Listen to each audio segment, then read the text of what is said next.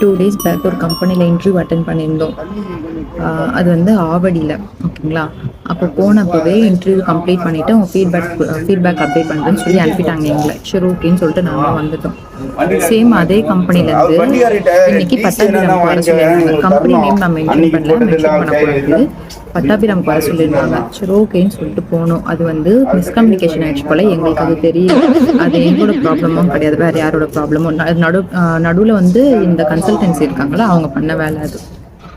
அவங்க என்ன பண்ணிகிட்ருக்காங்க, வேறு ஏதோ சொன்னது எங்ககிட்ட தப்பாக கம்யூனிகேட் பண்ணிகிட்ருக்காங்க. நாங்கள் மார்னிங் ஒரு 11:15 இருக்குமா, 11:15 11:30 கரெக்டாக சொல்கிறேன், 11:30 இருக்கும். அங்கே போயிட்டு வெயிட் பண்ணிட்டு இருந்தோம். ஃபர்ஸ்ட் அங்கே போனது வந்து 12:15.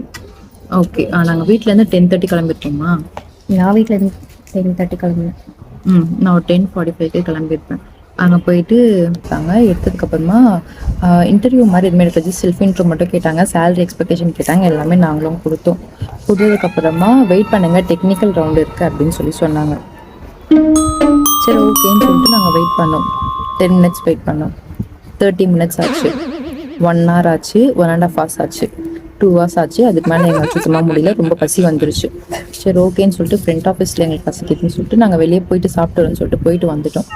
நாங்கள் போய் சாப்பிட்டு உள்ளே வரும்போது, நாங்கள் ஆஃபீஸ்க்கு 12 o'clock ரீச் ஆகிருப்போமா. நாங்கள் உள்ளே வரும்போது டைம் 2:30. நாங்கள் உள்ளே போனதுக்கப்புறமா அவங்க ஃப்ரண்ட் ஆஃபீஸில் கால் பண்ணி அவங்க 2 பேருமே வந்துட்டாங்க அப்படின்னு சொன்னாங்க.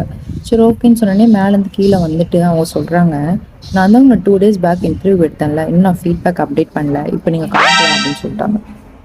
நாங்கள் ஏன் வந்தோம், எதுக்கு வந்தோம், இப்போ வரைக்கும் எங்களுக்கும் தெரியல.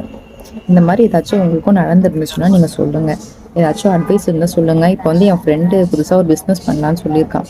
என்னென்னா அவன் நல்லா சமைக்கிறலாம், அதனால ஒரு சாப்பாடு கடை போடலாம் அப்படின்னு சொல்லிட்டு. உங்களுக்கு ஏதாச்சும் சஜஷன் இருந்தால் சொல்லுங்கள், நாங்கள் அந்த மாதிரியே பண்ணுறோம். எனக்கு ஏதாச்சும் சொல்லுமா? இல்லை சொல்லு, சும்மா எதுவுமே இல்லாத நீங்கள் எல்லாமே சொல்லிட்டு அதுதான் முக்கியம்.